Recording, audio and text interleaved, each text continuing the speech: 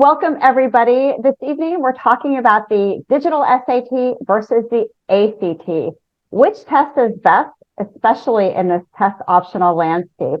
I'm your host, Ann Dolin, and for the last 25 years, my team of tutors, executive function coaches, and test prep tutors and college admission planners have been helping kids to do better in school and to get into the colleges of their choice.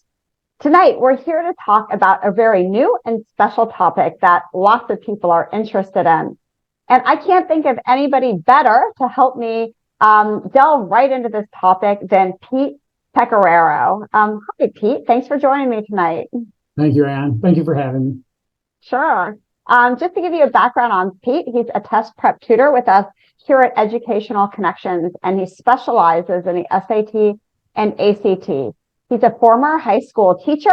In fact, he was his high school's class valedictorian. He has a teaching degree from University of Illinois at Urbana-Champaign. And what I love about Pete is that he really helps kids to feel better about their test-taking skills, not just through practice, but through a very patient problem-solving style, in a way kind of becoming like thought partners. Recently, I was at a cocktail party at my friend's house, and this mom comes up to me and says, "Oh my gosh, Ann, I have to tell you how wonderful Pete is." And I said, "Oh, tell me about it." And she said her daughter worked with Pete to prepare for the ACT, but she went into it grudgingly because she already had a good score and she thought she was good to go and really didn't want to put in the work of taking the test again. But she did, and she and Pete worked together, and she was thrilled with her results. And she said, after the first session of not wanting to do it, she loved working with Pete. And so, Pete, that's a testament not only to your abilities of improving test scores, but your ability to make kids feel comfortable and excited about the content. So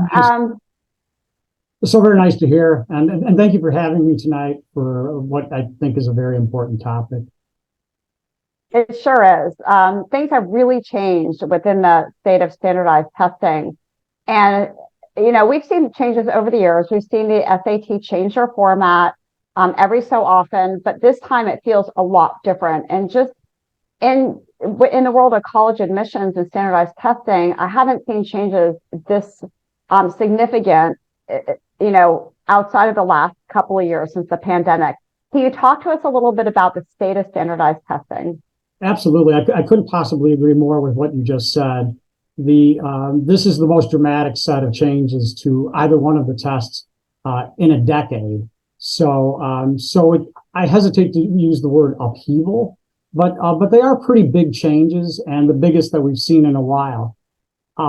As if that weren't enough. I mean, on top of that, we're already living in we just came out of an environment where of COVID pandemic, where we had changes kind of like there's a discipline enforced upon us all that kind of like brought to the fore online learning, digital tools. So I see that this change is kind of like is an additional layer upon changes that are already occurring. So it just adds up to a great deal of change in the testing environment, especially on the SAT side of things. Yeah, and for sure. And what we'll talk about in a little bit too is that so much has changed, not just in these tests, but also whether you even have to submit a test. And that kind of brings us to our next question. Do kids these days, given that most universities across the country and colleges are test optional, how do you know if your child should even take the test? It's kind of like the elephant in the room.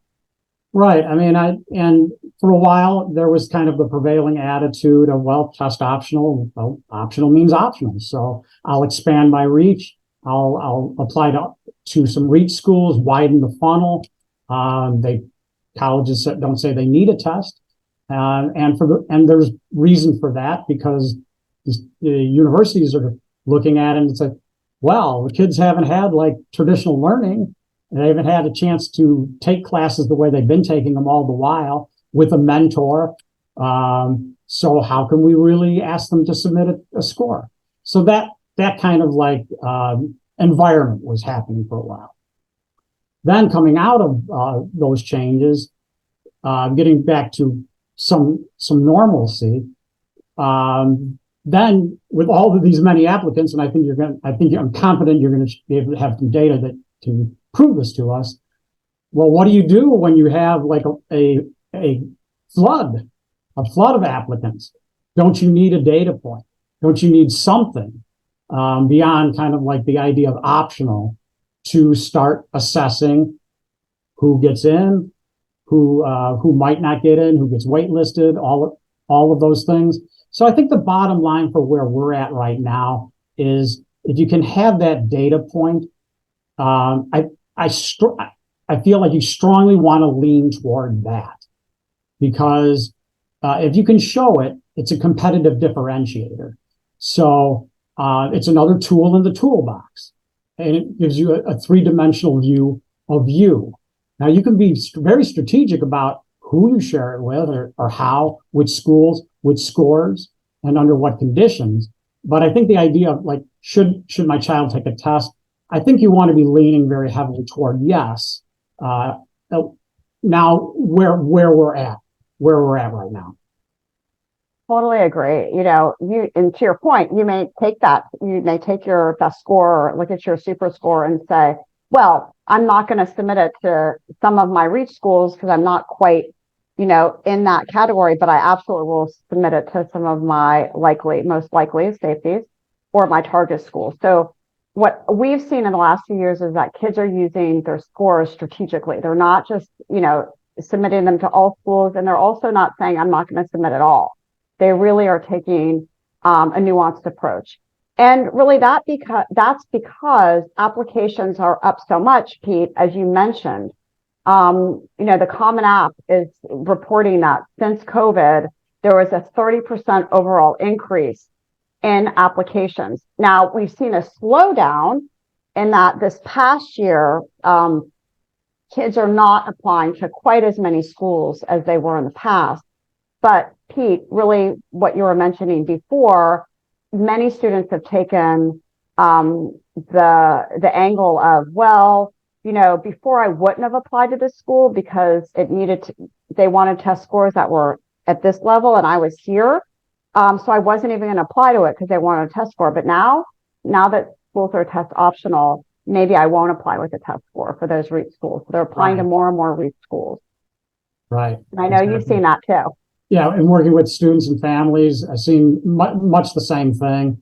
People being very savvy, very strategic about they have like their wish list, and you can. But that's the whole point. If you have that score, then you can be the funnel. You can direct to like, where do I think this is going to be a best advantage? So I'd say lean in that direction. Get ready, get your score, and then you use it to present the best picture of you to the schools on your list. Yeah, for sure. Well, let's take a look at some of the common schools, and we can really see here that admissions are really hyper competitive right now. These are schools that many kids in our area, in the Washington, D.C. area, apply to. And let's take Maryland. Years ago, Maryland was thought of as a safety school for some kids. That is absolutely not the case anymore. No. 56,000, almost 57,000 students applied, and about 19,500 were admitted. Now, at face value, you might say, oh, that's not such a bad rate. But what you have to consider is to all of these schools on the screen, everybody applying, the vast majority applying are super qualified to go to these schools. So it's not like, there are kids applying that are not at all qualified. They are. So they're able to really pick the kids that fit their mold best. They admitted only 4,700 freshmen. But really what stands out to me is UVA. And one of our college counselors, Kristen Landis, who's done a lot of webinars with us, she worked in admissions at UVA for 11 years. And the amount of applications that the university is receiving from when she started has more than doubled. And so now, this is for the last round of applications, almost 51,000 kids applied. Only 9,500 students are admitted, and then 3,800 students enrolled. And look at Penn State, again, considered a safety school a few years ago, but it's still competitive. 78,000 students applied, 45,000 students admitted for a large freshman class of 15,000 students. I think this slide captures the essence of it all. How do you make those decisions without some external data points? Yeah, in the data point.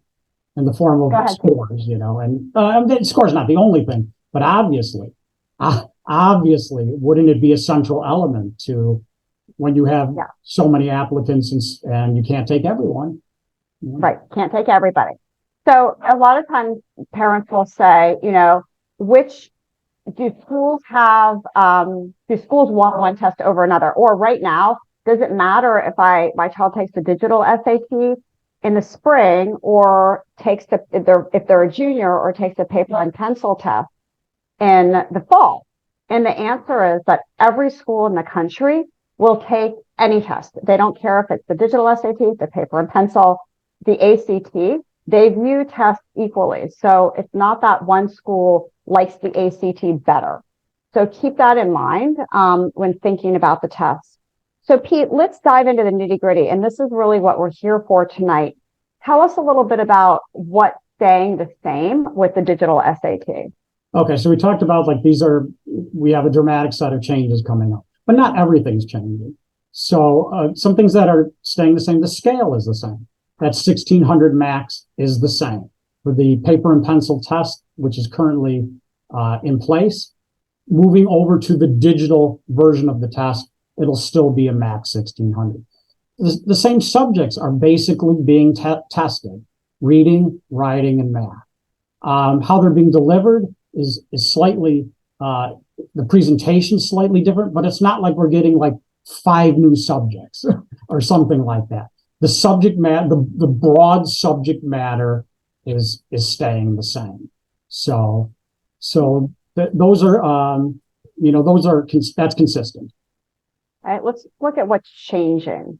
So now the changes are, first, probably the biggest is it's going to be delivered digitally. You're going to take the test on a device, such as a tablet or a laptop. Software, there's an application that has to be loaded in order to enable the test. We'll talk about that a little bit later. But the whole point is paper and pencil, gone. So this is digital delivery. You can have scrap paper is going to be allowed in order to work out math problems and such. The length of the test, very different. The old paper and pencil test, about 3 hours. It's a marathon. The digital test is just over 2 hours. Now that's still a long test, but I think we could all agree, an hour shorter is a big difference. It's going to be offered a little bit more frequently. And then because of it's digital in nature, the SAT is proclaiming, that they'll be able to get scores back faster. And then probably another kind of like instrumental change is that the new test, the digital version of the test, is going to be adaptive. That means it's going to figure out, as the test taker takes the test, to how they're doing, what's the second round of it that will be served up to that individual. If the first round they find it to be difficult, the test gets easier. Algorithmically, the test figures it out. If you do great on that first part, the second part gets harder. But the advantage is then your maximum ceiling, your maximum potential score goes up. So round one is very predictive, is going to dictate what the rest of the test looks like. It can ratchet up in difficulty or ratchet down based on performance. You can't do that with a paper and pencil test. It has to be done with the digital version as the computer figures it out as you rack up your score. So is it safe to say that in the first subset of questions on either the math or the reading and writing, if you don't do well on that section, that you will not be able to score 16 or 800 points on that section. Correct. You will be capped. You will be capped. What will you be capped at? I think the SAT is still figuring that out, but some from the preliminary pilot data and research that I've seen, it suggests that the cap would be 600 on round 2. So, like you just said, I mean, will you be able to capture that second batch of 800? The answer is no. So I mean, it would behoove the test taker to hit the ground running and see if you can lift the entire score. It will get harder, but the payoff is that you're not going to, there's not, a ceiling isn't going to be placed upon you. That makes sense. So we're seeing these changes roll out now with the digital version, the PSAT, just next month. Yeah. And that's for, some schools offer it for 9th graders, some for 10th, and pretty much everybody will take it as a junior. But then we're seeing the digital SAT come out in March of 2024. I mentioned, Pete, earlier that, parents call our office every day looking for help. They're like, I just do not know what to do. Yeah. I'm not sure. My child's a sophomore. Should I do anything? My child's a junior. I need a strategy. I will say that a lot of students we're seeing that are juniors are saying, you know what? I kind of grew up with the PSAT. I've taken it multiple years in high school. I know the format. I know the paper and pencil. I'm going to really work hard. I'm going to take it twice in paper and pencil format in the fall, and I'm going to see how I do. I'm going to really work hard on this, because if I don't have to take it in the new version in the spring, I'm just done. I know this test. I'm comfortable with it, and that's my strategy. Absolutely. Tell me are you seeing that too? Absolutely. There's some people who say this is the test that I know. I've seen it as a freshman and a sophomore, like the versions that prior to, and I have comfort level with that. I want to do it now and put it in the rearview mirror. Other people, and I think others are open to the idea of like, well, hey, that new test, that sounds interesting. It's going to be shorter. I like that. Maybe that plays to some of my strengths. So you see different mentalities, but I definitely have talked to students, working with students who fully intend, it's like, I want this to be over by Thanksgiving or Christmas and have that be my score. So, so there's definitely that approach. And I would say we're also seeing a group of kids that, even though they know the SAT, especially if you're from the Mid-Atlantic area, the tests are fairly regional. If you're from the Midwest, you kind of know the ACT better. But many students are saying, you know what, I don't want to be a guinea pig. I like the SAT. I know you think, Pete, it's more coachable than the SAT. And they're saying, well, I'm going to just go with a sure thing. There aren't going to be any changes. I know what to study for. It's going to be the same. I'm just going to go for something that's a known quantity. Right. Yeah. Some people are paper and pencil folks. They've always kind of taken tests that way. They like the structure of the ACT. I would contend, that I do think it's more coachable. It's a more teachable test in some ways. It's more curriculum based in a lot of ways. And some people will say that sounds like what I want to do. So I guess the thing about it, when I work with kids and families, I feel like I feel very strong about, let's find what works for you and stick with it. So there are options. Yeah. And we're going to dive a little bit deeper into the ACT and how it's different from the digital and the paper and pencil version of the SAT.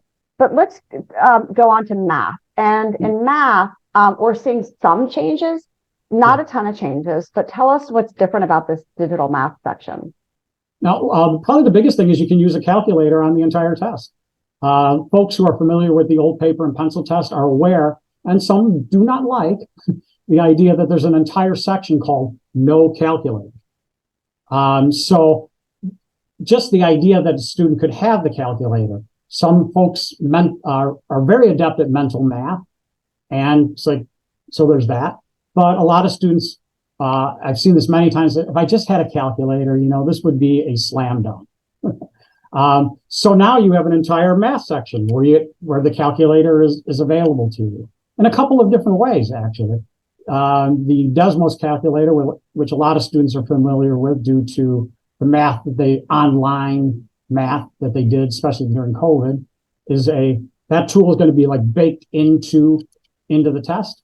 And you're able to use a standalone calculator as well if you if you're like me, like old fashioned click button calculator. That's available too. The SAT has always been very light on geometry as kind of like one of its core math pieces. You'll see more of it on the digital version of the test. It's noticeable. I wouldn't say it's dramatic, but but there's more of it.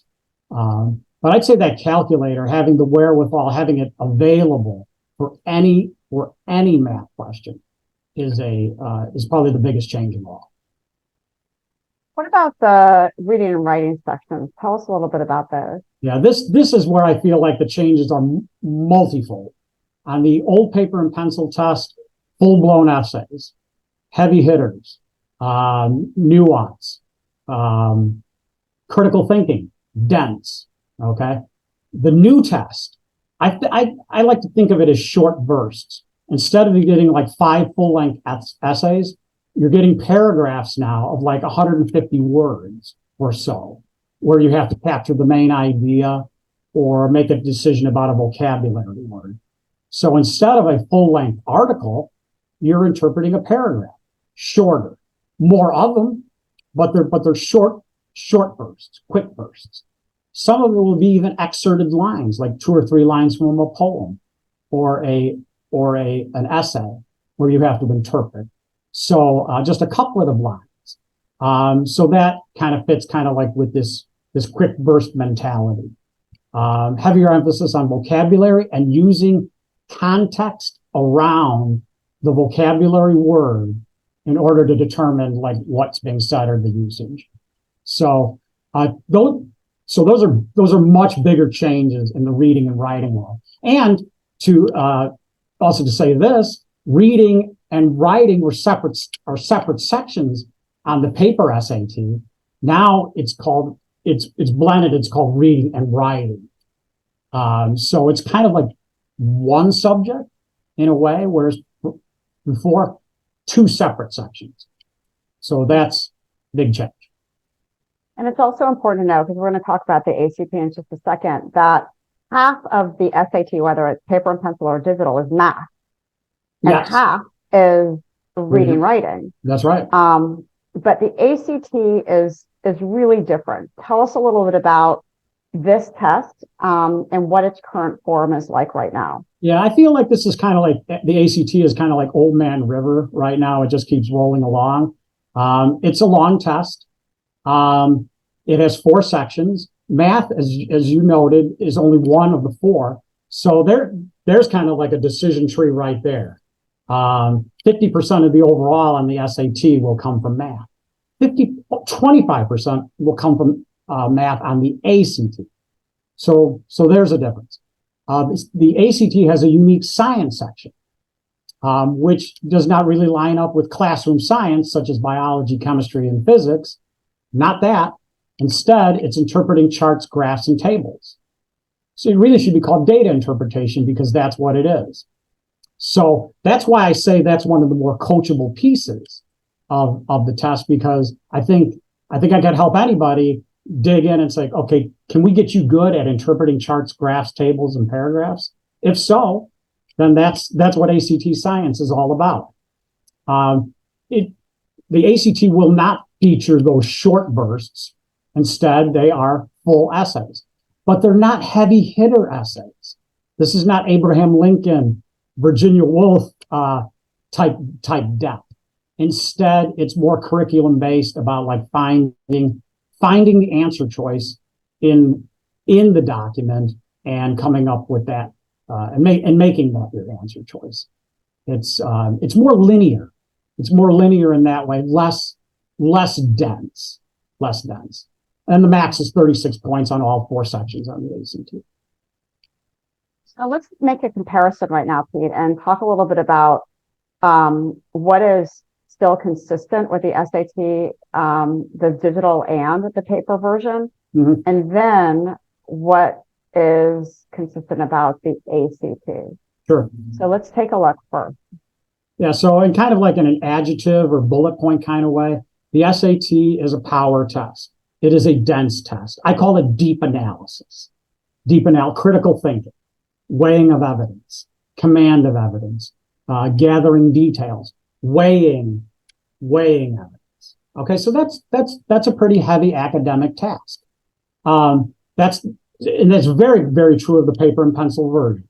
It's still true of the digital version. It's a thinking test. The good news is I think they, with those paragraphs and one of the things that's going away, just in a word, is those types of questions where you get a question and the one right underneath it, which is the best evidence to the previous. That's going away on the digital version of the SAT. Now, does that mean it's a cakewalk? No, it's still a heavy test. It still requires all of those good habits. I would just say we've taken the foot off the accelerator a little bit, so it doesn't feel quite as heavy as the traditional paper SAT would for most people. Still, I think power test is a good way of describing it. ACT, I think, is about speed and efficiency. It's curriculum based. Can you remember how to do Pythagorean theorem? Or given 2 points, calculate the slope. That's kind of like what you might experience. It's closer to school, closer to what somebody has experienced in school, and that's why you get less time, because they typically can be processed faster. They don't require that density or that deep analysis that happens on the SAT. Now, that's not to say that test is a walk in the park either, but I think it lines up more with like things that you remember or that you can bring back to the front of your mind, but you have to move through the hoops swiftly. And Pete, the other thing I would just mention is that for the parents out there, if your child has an IEP or a 504 and they have accommodations, like the most popular accommodation that students are granted is time and a half. For many of those students, the ACT is the preferred test because the difficulty, again, as Pete said, is the speed. If you can remove the speed factor and you've just got it like a really straightforward test that you have the extra time for, it's generally the better test for students with that accommodation. Right. I totally agree with that. If you could strip away the layer of having to do it fast, then the ease of it or the friendliness of it is definitely, that's the test for you. I would strongly lean in that direction. Yes, Pete, for sure. And so kind of that brings us to, which test is best for my child. So again, if your child has accommodations, probably the ACT. We're also in looking at the types of questions especially on that digital SAT. Some of them do require a lot of working memory, and that means juggling, right, multiple things in your head. So it's not short-term memory, it's not long-term memory. It's remembering multiple things in your head while you're reading a passage or solving a problem. Right. The SAT leans heavily on that. So if your child has learning difficulties or has a lot of anxiety, it could be that the ACT could be a better test for them. But in general, Pete, how do parents know or kids know which direction they should go in? Yeah, the answer to this is it depends. It depends on a multiplicity of factors. I think one of the key things is, how do you feel about math? Is math your friend? 50% of it's not everybody's friend. Some people struggle with it. Some people don't. Some people say, hey, I'm on the math team. That sounds wonderful. 50% of the score comes from math. So I think you have to kind of like really get intellectually honest about that. How do you feel about your math ability?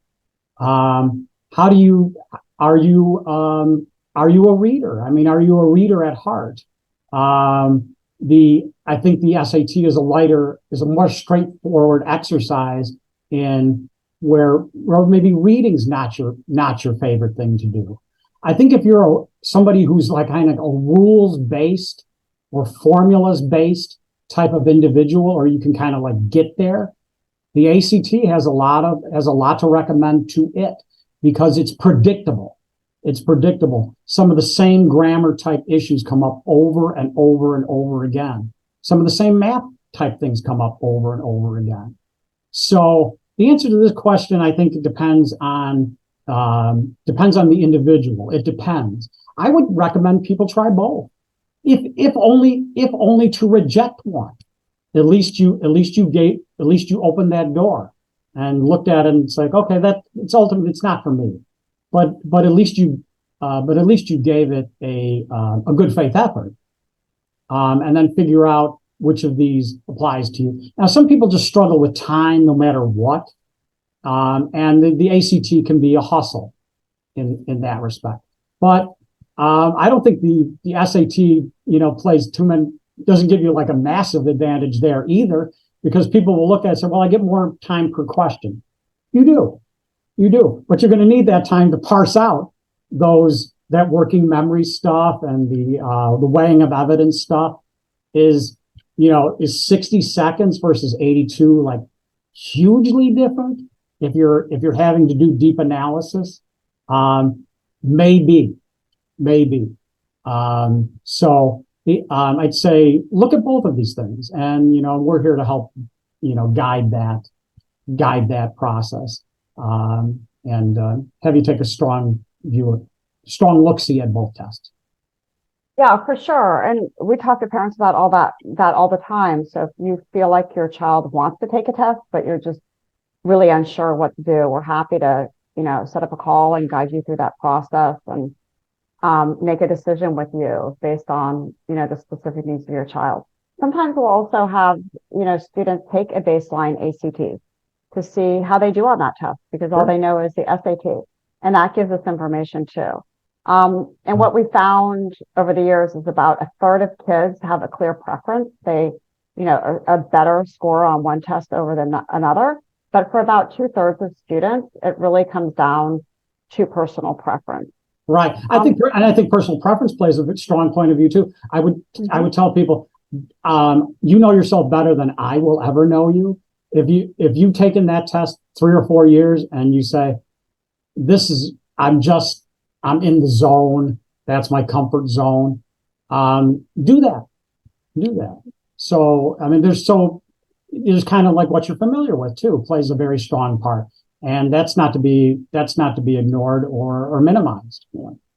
Yeah, for sure. So let's take a look at some of the upcoming dates to give you a sense of when this is offered. So the ACT, you've got an end of October date, early December, and you've got a February date. For the SAT, the last 3 paper and pencil dates are October 7th, November 4th, December 2nd. And then after that, there's not another test until March 9th, which is the first digital test.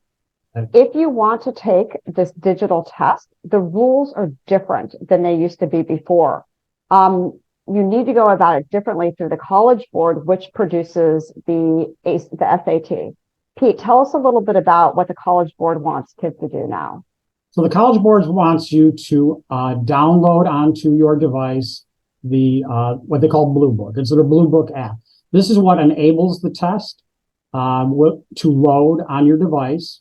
So you can't just walk in there with like, "Hey, I'm ready. It's like, I got my laptop." This is an application. This is software that needs to be pre-installed. Okay, this is how the test will, how the SAT will communicate to you and you back to it in terms of scores and reports and information. It's also what's going to allow the test to do that adaptive feature to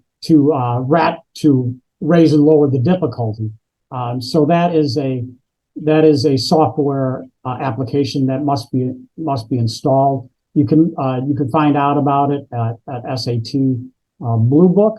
The reports that I've seen so far seem kind of rudimentary, but we have to remember that this is in development. I would only assume that they're going to have the same level of granular detail and sophistication as we get closer to live. But this is something that the test taker is going to have to do it should be on your to-do list that you have to take care of that. And here we see a little bit of kind of like what the rudimentary report looks like, right? At least at the. And just to be clear, this is to take a practice test. Yes, yeah. Even to take the practice test, you need this is something you need. Perfect. All right. So many times parents ask, okay, I understand that it would be beneficial for my student to prepare and take a test. How long, Pete, do you prepare kids, or does it depend on their starting score, how they want to increase? Tell us a little bit about. It depends on their goals. It depends on what their starting point is and what they think where they want to get to as far as lift. But I would say broadly, the rule of thumb, 2 to 5 months prior to your targeted test date. So that's kind of like the time frame that will probably serve most people. So some people only need that 2 months because they're already kind of like where they want to be and have like a kind of like a modest goal. Some people want 300 more points, so they're probably on the longer end of that continuum, like maybe starting 4 or 5 months ahead of their targeted test date. But that's about the range. And let's talk a little bit about pairing test dates. We found that the best strategy is not just to say, oh, I'm going to take it this one time and see how I do, but instead to have a strategy behind it, to actually pair your dates. You want to prep, take it once, get your score back. So if you're talking about the current paper and pencil version, it takes about 2 weeks, SAT or ACT, get your score back. And once you get it back, what you want to do is look at your lowest areas and really work on those skills. It doesn't help you as much as if you look at all your scores and work equally on the things that you're already doing well. You're going to improve your score the most by looking at your weaknesses, prepping for that up until your second date, taking it again the second time, and then seeing what you want to do after that. So now you have your paired test dates. And for most kids, they take it twice, sometimes 3 times. But statistically speaking, and this is interesting to know, given for juniors, this spring date is going to be digital. Statistically speaking, with older tests, kids score best the spring of their junior year. And that's for 3 reasons. They're older, they're more mature, and they have more curriculum under their belt. Right. And so keep that in mind, right? Yep. Yeah, absolutely. I would say too, Anne, it's a rarity event to see somebody just take the test, be it kind of like a one and done. That it can happen, but I'd say that it's such a minority, like part of the students that I and families that I work with. By far, the most common is 2 or 3 times, and like you said, I think that's the way to do it.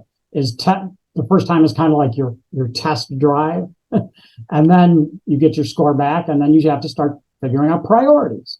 Where can I get the lift on the second time round? Yeah. Do you see kids take it more than 3 times, or do you see that as like a? I do. Mm-hmm. I don't see that being terribly productive. I think you reach a point of minimum returns. I've had students take it 5, 6, and 7 times. Again, that's also a minority kind of way of doing things. But there's nothing to preclude somebody from doing it. I just think you're just going to experience diminished returns, if any, once you're taking it 4 or 5 times. I think you get to a point of staleness where you just really can't do much, where your score is your score. Your score is your score. You got it. You've got what you're going to get. Let's take a look at a couple of case studies. So I want to talk about some students. These are real students. We changed their names and these are not their pictures. Yeah. But I thought it would be helpful just to think through it in terms of the lens of an actual student. Sure. So tell us a little bit about Bryce, where he started, what you did, how he ended. Yeah, so Bryce came to us and he had taken a practice ACT, and the English and math were kind of like on the low end of things. We're talking like a 14 on English, a 17 on math. And so I quickly figured out, and many students fit this profile, it's what I call reactivation of learning. There are many rules and formulas for math and grammar that simply are forgotten. They were dealt with years ago, pre-algebra, right? Old grammar. So I found with Bryce that just by hitting the basics and showing how that they come up, not just once, but all the time, that those are controllable, and you're +7 lift, just through reactivation of learning. And I remember he started, I think he was at a 17 overall, and he ended up at a 24. Right, exactly. I mean, a 24, you wouldn't want to submit a 17, but a 24 to this student's safety, to some of his targets, it helped him a lot. Absolutely. So, I mean, it is not an exaggeration to say that changed that person's life. What they could do, where they could go, how the family felt about it, financial assistance, all of those things. And that was due to, like, let's just get down to reactivation of learning. What have you forgot? Yeah. That we can bring, I call it the mental Rolodex. Let's bring it back to the front of your mental Rolodex so that it's more available, you know? But I know some kids you work with don't have that issue of reactivation. They're already high test scores. So let's talk a little bit about Sophia. Yeah, so Sophia came to us and she was already at like a 1420, if I recall. And for this student, it's not about reactivation of learning. It's about exposure and enrichment. Let me show you the hardest things to work on, like a host of that type of thing. What do you do about those? Just the exposure to the most difficult types of problems, the hardest essays, the most challenging aspects of math, and then just drill on that. So, and I would tell a student like that, I don't know what's going to be on your test. I don't. You don't either. But if I widen the lens, I call it the zoo. Let's like open up the zoo, the math zoo and the grammar zoo. And I expose you to as many different types of problems through enrichment, then the chance of you getting zinged goes down. Okay. Because you've seen so many different types of problems. And then, that produced having a 1420 go to a 1510. That's a big margin at the high end of things, you know? So some students, I think they need that experience. It's like, I'm going to push you. I'm going to push you hard to do the hardest things. Mm-hmm. And you're going to make mistakes, learn from the mistakes, do better. I was just talking to a friend of mine who uses one of our tutors, Andy, and her son's case was kind of like Sophia's. He was already a really strong test taker, and he improved his score 220 points, and which was phenomenal. And so he had taken it twice. He was so burnt out. He didn't want to take it a third time. My friend, his mom, was like, "You're taking it." And so he kept working with Andy, and that third time, wouldn't you know, like that's his biggest increase. So you do never know if like that one additional time can make a difference. Sure. Especially if you're already a high scorer. It's hard to eke that out, but he was thrilled. So that can happen. I think the way you eke it out is just by pushing the envelope. You know, let's look at the most challenging aspects of the test and really drill on them. Yeah. So I just want to share, we're going to go to Q&A in just a second. We're happy to help you if you need help with your approach. You know, which test, what's my timeline, when should I take it? It really is based on so many factors for your student. We're happy to help you with that. We provide a totally customized program. We use the official practice test from the College Board and the ACT. And you really want that. You do not want to have a company or an individual that says, "Oh, I can give you my own practice test," or "We made this practice test." You want it exactly from the source. Right. Our sessions are super structured. We use a combination of strategies, practice, and also additional practice tests as you go along. Right. And then we give lots of feedback. So kids are always learning, how can I be better? How can I improve? And we're constantly working on, especially those weak areas, because again, that's the best way to boost scores. Yep. So we're happy to help you. You can go to our website, ectutoring.com/test-prep and see all about our services. We also have a lot of information on the tests on our website, and you can check that out too. All right. So how else can you help your child stand out for college? Tonight, we're talking about the digital test, the digital SAT and the ACT, but really these days, grades trump everything else. Your grades are the most important thing. And that your score is another data point for colleges, but there's so much more that kids need to, submit to make themselves stand out. And that's really developing your narrative and your essays. We offer programs for kids in 8th through 10th grade. And that involves course selection and starting to craft that narrative for 11th graders, current juniors right now. And we still have seniors that we're working with that are still working on applying early action, early decision. And then some of them will also apply regular decision for a January date. And happy to support your student in any way we can. Our college counseling program, we have 3 college counselors on staff. You can find more at ectutoring.com/college-counseling. All right, so I'm going to go to Q&A right now. We have about 10 minutes left. And at the end, you will see a questionnaire, a survey pop up. If you would be so kind as to fill out that survey, it will really help us plan for the future and know a little bit more about what was helpful to you. All right, so Pete, let's go to Q&A. Yes. Now, I'm going to go to the chat box, and some people type things in at the beginning, and I will maybe not spend too much time on those questions, because if we covered it, I'm not going to go back to that. But for older students, or for questions that we didn't cover, I will definitely take those.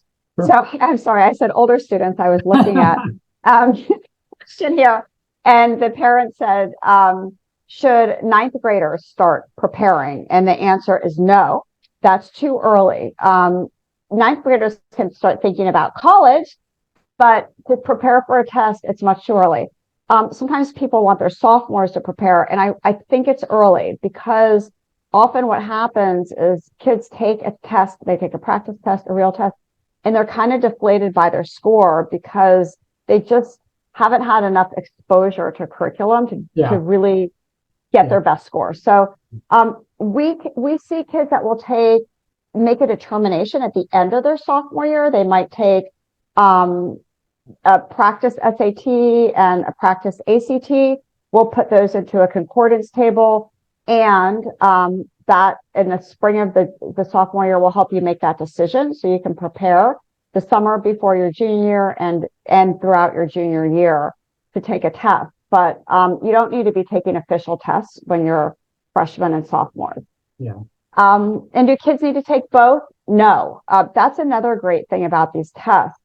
We think the best strategy, this is if you have a busy student and limited time, you really want to pick one test and go for that test. It will save you time. It will save you effort, stress. It will save you money if you decide to hire somebody to help you, because the tests are different enough that you're kind of splitting your focus. So if you pick one and you just go down that avenue and take that test, great. If you get the score you want, awesome.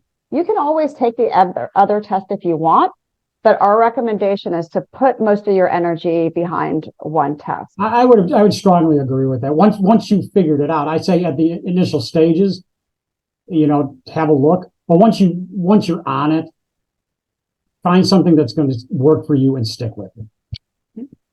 Yeah, for sure. Somebody said, how different are these two tests in terms of the preparation involved? Pete, what do you think about that? I would say significantly different. I think there's more kind of like content review on ACT, and I think a little bit more kind of like depth of developing critical thinking skills on the SAT. They have some like the ACT has a unique science section, for example. So right there's a difference. the presentation of math is SAT math is highly equational.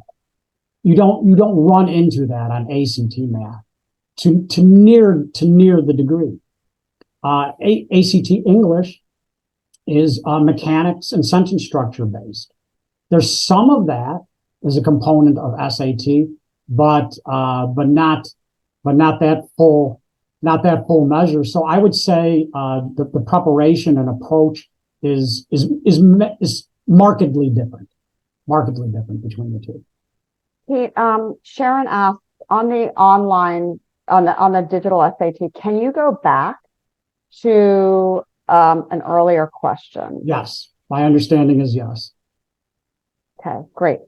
Another mom asked, Karina asked, do you think the adaptive test is a disadvantage for strong students or maybe a disadvantage for weaker students? I think or maybe it doesn't matter. Yeah, I think it's definitely a boon to weaker students. My perception of the test, I'm only one teacher, but I've seen the research and literature and experiencing the test. I think most people would be a little bit surprised at how manageable the new version of the SAT is. I've seen in some of the pilot studies that people were actually finishing early with a little bit of time to spare. Now that's not a bad thing.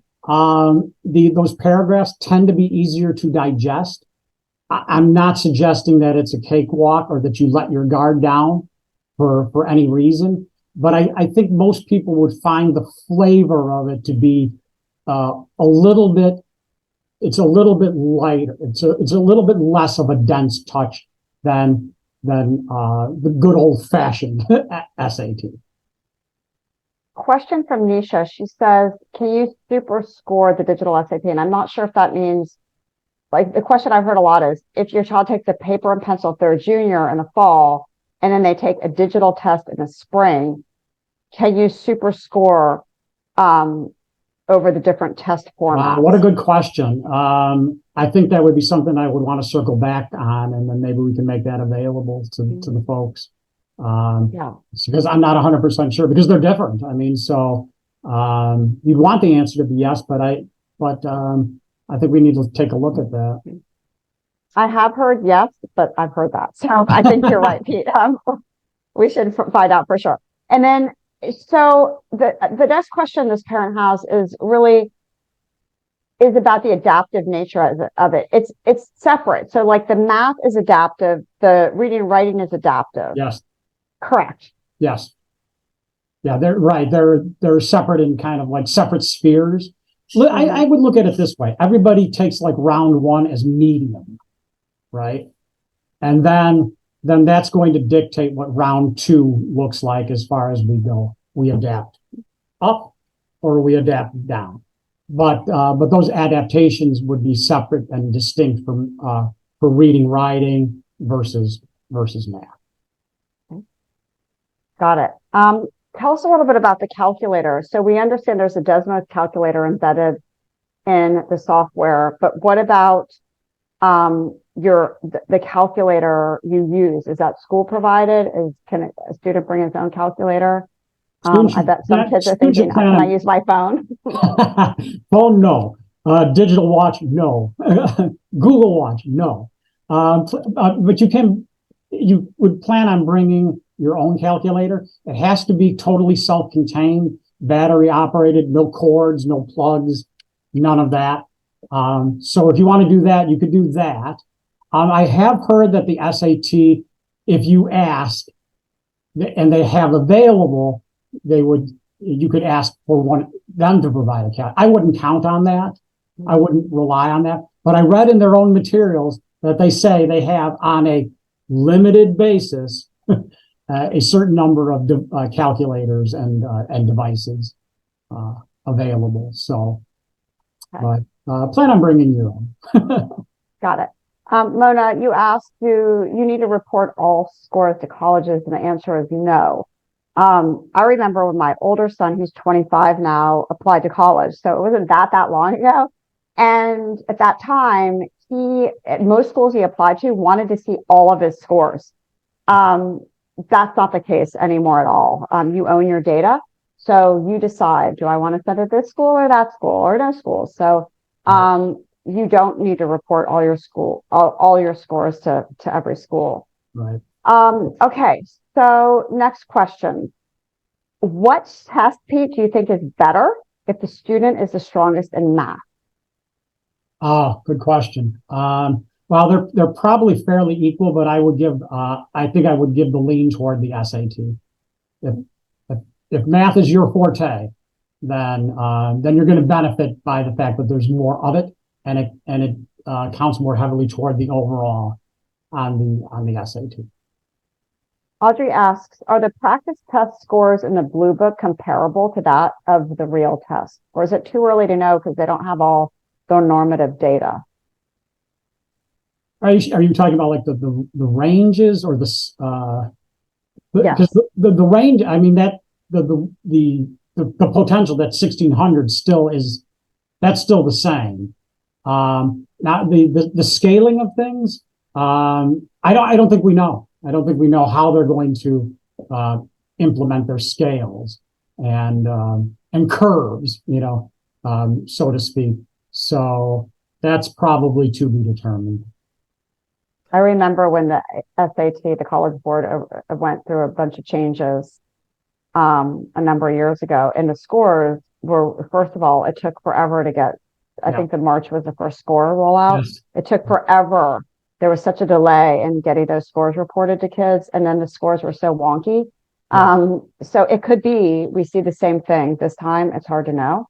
It could be. It could be. The SAT is very independent, very kind of mavericky company. Sometimes they move at a glacial pace. To be perfectly honest, sometimes their scale is hard to understand. So we'll see. We're all in it together, so we'll see. It's a huge undertaking. I can only imagine. Adaptive tests are not new. Many states that give state testing to students use adaptive tests, but a rollout of this enormity is definitely a huge undertaking. So there might be a few glitches along the way. Melissa asked, anything new will. I mean, let's kind of like just say that. Yeah. For sure. Melissa asked, is the ACT adaptive, or do you think that they'll go in that direction? No, it's not adaptive now, and not in the foreseeable future. Okay. When do you recommend starting test prep? When the student is in 10th grade, or the summer before 11th grade, or during 11th grade? I'd say the fall of junior year. Yeah. And ideally, yes, Pete. Sometimes we get kids where they're feeling crushed by playing a varsity sport in the fall. Yeah. Or, they have so many AP classes, they want to start earlier. So it really does depend on your student and their specific situation. So, I'd say it could be either. Right. And I wouldn't discourage anybody who wanted to get started like late summer before the fall of their junior year and just wanted to say, hey, I have some time available. I'd like to start gaining some familiarity with it. I would never discourage somebody from doing so. Yeah. And last question, Chandra asked, does the ACT allow for accommodations? And they absolutely do. Yes. Yeah. All right. So we're out of time, Pete. Thank you so much for joining us tonight. You are wonderful. Thank you for your expertise. Again, if you're still on the line, you'll see a survey come up. And if you would be so kind as to complete that for us, we would so appreciate it. Hope everybody has a fabulous night. I wish you all the best for the rest of this quarter and the school year. See you next time. Have a great evening. Thanks, everyone. Bye-bye.